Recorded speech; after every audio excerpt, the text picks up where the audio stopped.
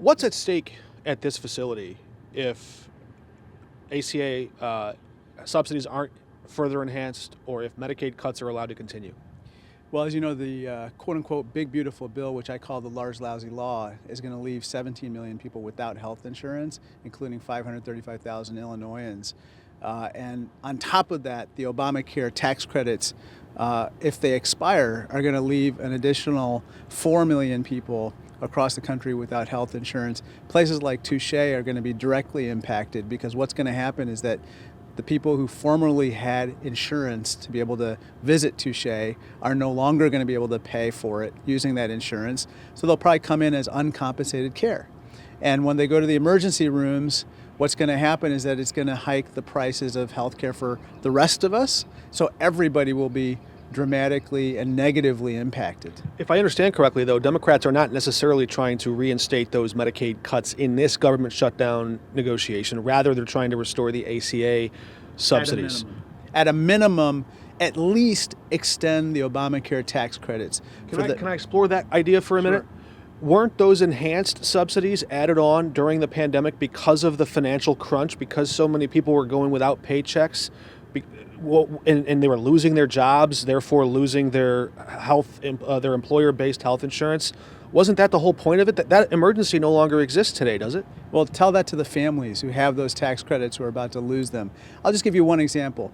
A family, let's say a couple who's 60 years old, so they're not old enough to qualify for Medicare, making about 400% of the poverty line, right now pays about $6,000 to $7,000 in health insurance, so $500 a month. Now that the tax credits are expiring, that premium is going to jump to $2,000 per month or $24,000 a year, meaning they're not going to be able to afford health insurance. They're not going to be able to afford common care that you and I benefit from. I'm on Obamacare myself. I've seen my premiums spike, but everyone's are spiking, and those with the tax credits are going to see their premiums soar by 200% and 300%.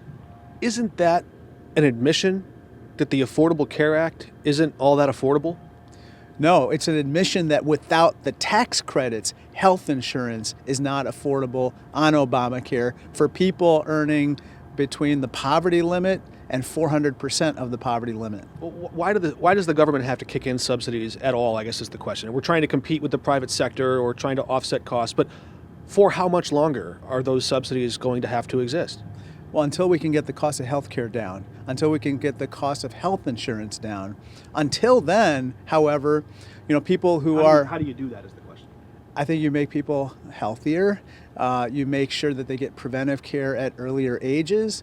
You make sure that certain diseases that are plaguing our healthcare system are maybe cured someday through investment in basic research, which unfortunately is getting starved right now in the Trump administration thanks to DOGE and other wrong-headed initiatives.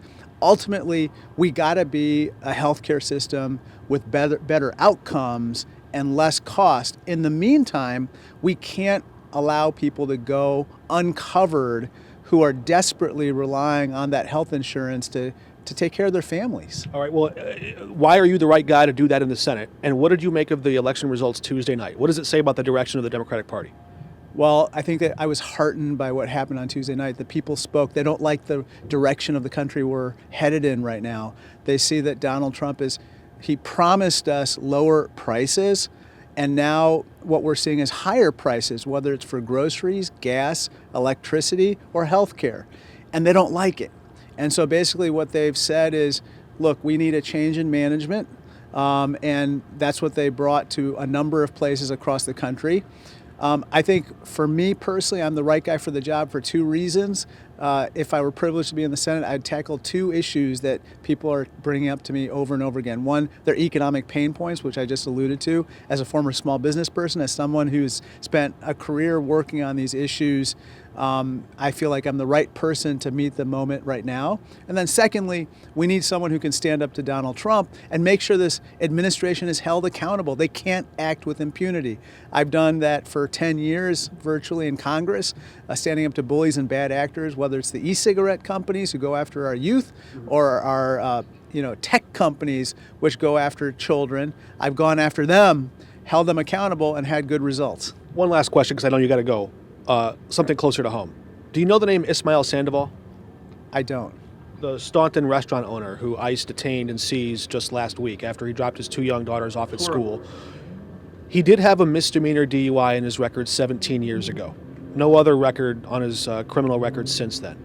Is that the kind of criminal record that you think should be prioritized for deportation? No, it should not. I mean, look, I think when Donald Trump came to office, he said he was going to try to remove the worst of the worst using ICE. Instead, what we've seen is, basically he's gone after a lot of people who are otherwise peacefully living in their communities, and he's separating them in many cases from their children. I'll just give you one example. In my own district, an 18-year-old U.S. citizen was snatched out of her car, thrown to the ground. The ICE agent put his knee on her neck as she's screaming, "I'm a U.S. citizen, I am not resisting." She was then taken away. For hours, her parents had no idea where she was. Finally, she surfaced after she proved she was a citizen and showed her papers. That is not the country we want to live in. We shouldn't be a country where you need to show your papers in order to prove who you are. We need to be a country that has secure borders. We should have order at the border, but we also need to have a system, an immigration system, a legal immigration system that works, that functions, that helps employers, that helps employees, that helps us become the best version of ourselves economically as well. On the order at the borderline you just gave, and I know I said last question, but just to follow up real quickly, official numbers do show the lowest number of illegal border crossings in more than 50 years. Yes. Does Donald Trump get credit for that? Yes. Mission accomplished. Now, take ICE out of its kind of out of control mode, and let's get back to sane and rational policy. We can't have ICE showing up detaining U.S. citizens. We can't have ICE detaining people in facilities that a U.S. District Court judge said yesterday were unconstitutional. People sleeping on the floor near overflowing toilets. That is not how we do business in America. That's not how we should run our immigration system.